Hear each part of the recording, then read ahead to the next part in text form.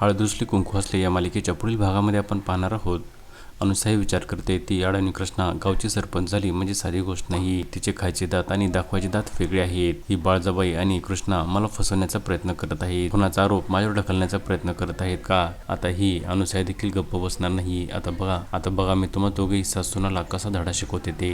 त्यानंतर आपण पाहतो सर्वजण हे एक प्लॅन आखतात आणि त्यानुसार आढळरावच्या बेडवर उशा ठेवून त्या ठिकाणी पांघरून घालण्यात आलेले असते आणि त्या ठिकाणी रात्रीच्या वेळी अनुसा येते आणि ती आपल्या जवळचा सुरा काढते आणि ती बोलते, आढळराव आता तुझा खेळ संपला असे बोलून ती त्या उशीवर चाकूने वार करते.